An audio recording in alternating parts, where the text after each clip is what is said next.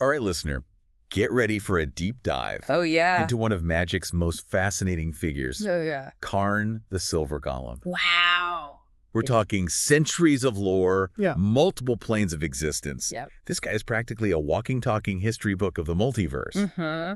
You've sent over a ton of excerpts detailing Karn's journey. I did. And let me tell you, Oh, it's wild. wow. Time travel, accidental apocalypses, Oh, wow. even becoming the unlikely leader of Phyrexia. Oh, my God. Today, we're going to break down the highlights of Karn's existence. Okay. Those pivotal moments that shaped him into the complex being he is today. Yeah, it's not your typical hero's journey. Right. It's fascinating how a being created for a very specific purpose, essentially as a tool, Right. ends up wrestling with questions of free will, Yeah. responsibility, and the very nature of existence. Okay, so let's start at the very beginning. Okay. Karn is a golem, right? Yeah. But he's also sentient. Right. And that's where things get interesting from the get-go. Yeah. Karn was created by the Planeswalker, Urza, to be a time-traveling probe. Okay. Think of a magically powered research drone, Okay. but with the ability to traverse through history. Right. But to give Karn true sentience, Urza did something pretty extraordinary. Right. He incorporated the heartstone of another being, Xancha, into Karn's core. A heartstone. What exactly is that? It's essentially the essence of a being's soul. Oh, okay. Think of it as the source of Xancha's personality, emotions, and conscience, all transferred into Karn. Wow. This detail might seem minor now, Yeah. but trust me, it'll have huge repercussions down the line. Wow. Talk about a unique origin story. Right. So this newly awakened golem, Yeah. what's his early life like? Well, imagine being a sentient, time-traveling silver golem Right. dropped into a prestigious magical academy. Oh, wow. That was Karn's experience at the Tolarian Academy, where he was entrusted to the care of a young Tefir. You might know him as a powerful planeswalker now. Yeah. But back then, he was just a mischievous student prone to pranks. Oh, Unfortunately, Karn ended up becoming the target of some of those pranks. poor Karn. Yeah. So even a being with the potential to reshape reality isn't immune to a little teenage bullying? Sadly, no. Wow. But thankfully, another student, Shoira, recognized Karn's intelligence and potential. She befriended him, Okay. gave him the name Karn, which means strength in the Thrawn language, Wow. and became his guide in those early years. It sounds like Shoira was a pivotal figure in Karn's development. Absolutely. Yeah. She saw him as more than just a golem. Yeah. She saw his capacity for learning, for compassion, for growth. Okay. Under her guidance, Karn flourished in the intellectually stimulating environment of the academy. Right. But their time together was tragically cut short. Oh. During a Phyrexian attack, Shoira was mortally wounded. Now, for our listener who might not be as familiar with the lore, could you give us a quick rundown of the Phyrexians? Certainly, the Phyrexians are basically the ultimate villains of the multiverse. Yeah. Biomechanical horrors obsessed with conquering and completing all organic life. Oh, God. They represent everything Karn will eventually come to oppose. So, Shuaira's death must have been a devastating blow to Karn. It was, and in a moment of desperation, he did something incredibly reckless. Okay. Using Urza's time machine. Right. He traveled back in time to try and save her. That seems like a natural reaction, albeit a risky one. Yeah. What were the consequences of this time-traveling adventure? Well, on one hand, Karn succeeded in saving Shoira, but on the other hand, the time machine malfunctioned, causing a catastrophic explosion that destroyed the entire Tolarian Academy. Wow, talk about unintended consequences. Right. So Karn's attempt to save a friend ends up having a ripple effect that alters the course of history. Exactly. Wow. And this event instills in Karn a profound sense of guilt and responsibility. Right. He realizes that even with the best intentions, actions can have devastating, unforeseen outcomes. Yeah. This realization becomes a driving force in his future choices, leading him down a path of pacifism. Pacifism. For a being with the power to literally manipulate time and space, that seems like a pretty radical stance. It is. Yeah. But it makes sense when you consider the trauma he experienced and the guilt he carries. Right. He vows to never again be the cause of such destruction. Wow. Even if it means restraining his immense power. Yeah. But as you can imagine, this vow will be put to the test time and time again. This is already so fascinating. Yeah. We've gone from time-traveling origins to the destruction of a magical academy and a vow of pacifism. It's quite a story. And it feels like we've just scratched the surface of Karn's story. Yeah. And I'm already hooked. Oh, we're just getting started. The story only gets more complex and captivating from here. Listeners, stay tuned, because in the next part of our deep dive, we'll explore how Karn's pacifism clashes with his role as the protector of the legacy. A collection of artifacts designed to combat the very threat that took Joyra's life. The Phyrexians. Right? Welcome back, listener. We left off with Karn, our time-traveling, world-creating golem, grappling with a heavy vow of pacifism. Yeah. But, I can't imagine that vow being easy to keep when you're in the middle of a multiversal war. It definitely wasn't. Right. Remember, Urza created the legacy, this collection of powerful artifacts specifically to combat the Phyrexians. Right. And guess who he entrusted to protect the legacy's destined wielder, Gerard Capashen? Let me guess, Karn. Bingo! Okay. So we've got Karn, a pacifist at his core, tasked with safeguarding the very weapon meant to fight the Phyrexians, the same beings responsible for the tragedy that fueled his vow. Yeah. Talk about a recipe for internal conflict. That's putting it mildly. Yeah. So how does this conflict play out? Well, the Phyrexians, led by the truly nefarious Yawgmoth, launch a full-scale invasion of Dominaria. Right. It's not just a war. Right. It's a multiversal crisis. And Karn finds himself right in the thick of it. I can see how this would create a moral dilemma for him. Yeah. Does he adhere to his pacifism, even when the fate of entire worlds hangs in the balance? It's a tough one. Or does he compromise his principles to fight for the greater good? It's a question that haunts him throughout this entire period. Yeah. Initially, he tries to find a middle ground, Okay. using his intelligence and strategic thinking to help the resistance without directly taking lives. He aids in piloting the Weatherlight, Urza's flying ship, Right. as it evolves and merges with the legacy. Okay. But there are times when he's forced to confront the harsh realities of war. Are there any specific instances where his vow is truly put to the test? Absolutely. Okay. There's a pivotal moment where he faces off against Sabo Tavik, one of the Phyrexian leaders.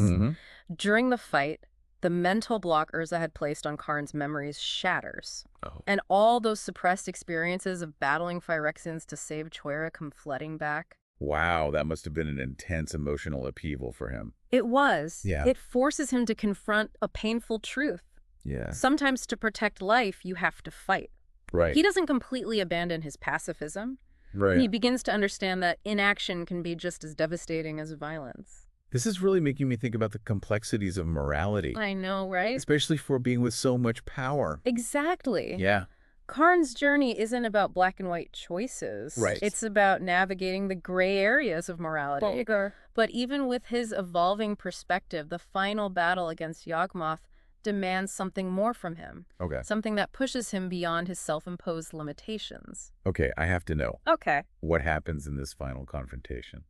Picture this Gerard, Urza, and Karn facing Yawgmoth. Right. This embodiment of Phyrexian evil who poses a threat not just to Dominaria, but to the entire multiverse.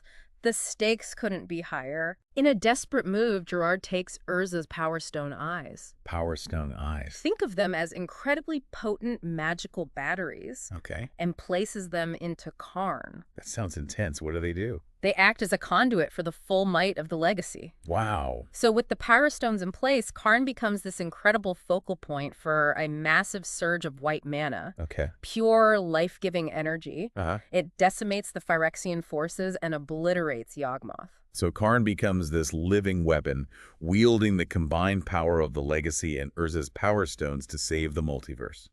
It's a truly epic moment. Wow. But it comes at a tremendous cost. Yeah. Both Gerard and Urza are killed in the process. Tragic, but a testament to their sacrifice. Absolutely. What about Karn? What happens to him after channeling all that energy? That's where things take another unexpected turn. Okay. The sheer power of the legacy, the Power Stones, and the unique circumstances of Yawgmoth's defeat all converge to transform Karn. He becomes the first artificial Planeswalker. Wait, I thought Planeswalkers were born, not made. That's what everyone thought. Right. But Karn's case shatters that assumption. Wow. The events of this battle transcend the normal laws of magic, Ah. rewriting the very fabric of reality and imbuing him with the ability to travel between dimensions. So he goes from time-traveling golem to world-saving weapon to Planeswalker. Talk about a glow-up. It's a testament to his incredible resilience and adaptability. Yeah. But being a planeswalker isn't all sunshine and roses. Right. It comes with a whole new set of responsibilities. Yeah. Especially for someone like Karn, who's already grappling with the consequences of his actions. Right. And as we'll see in the next part of our deep dive, his newfound abilities will lead to unintended consequences that threaten to undo everything he's fought for. Karn's journey just keeps getting wilder. Listeners, stay tuned for the final part of our deep dive, where we'll uncover the devastating consequences of Karn's world building and his unintentional role in the rise of New Phyrexia. Welcome back, listener.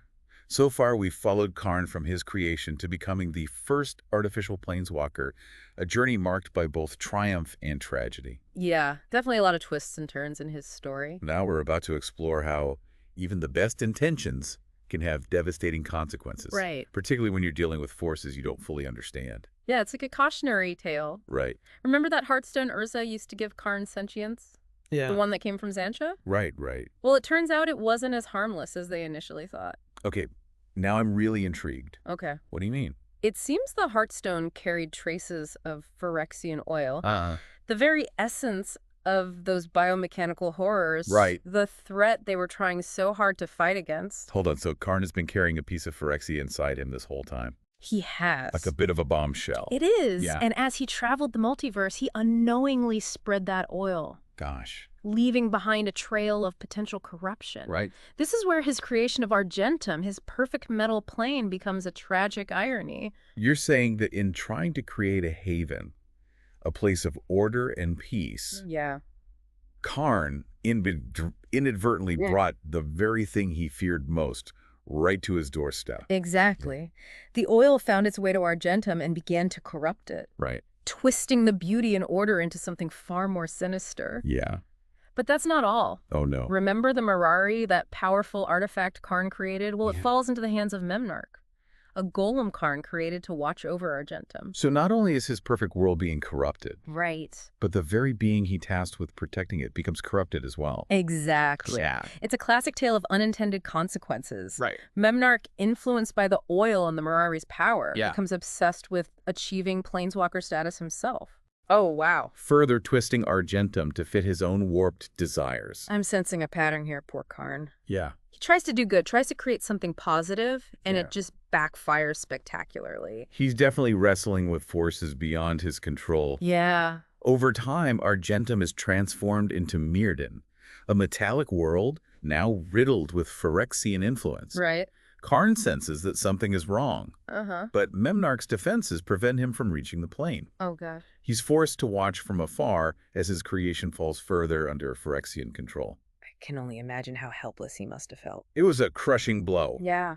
But while all this is happening, Karn is caught up in another crisis. Right. Time rifts threatening to tear apart the multiverse itself. Wow. In a desperate attempt to seal one of these rifts, he makes a monumental sacrifice. Okay. He gives up his planeswalker spark. He gives up his spark. Yeah. Wow, why would he do that? It was a choice between saving himself and saving the multiverse. It was classic Karn putting the needs of others before his own. Right. But the loss of his spark leaves him incredibly vulnerable to the Phyrexian oil he's been carrying all this time. So he's no longer a planeswalker, Right. and he's now highly susceptible to the very corruption that's ravaging his creation. Exactly. It just keeps getting worse for him? It does. Yeah.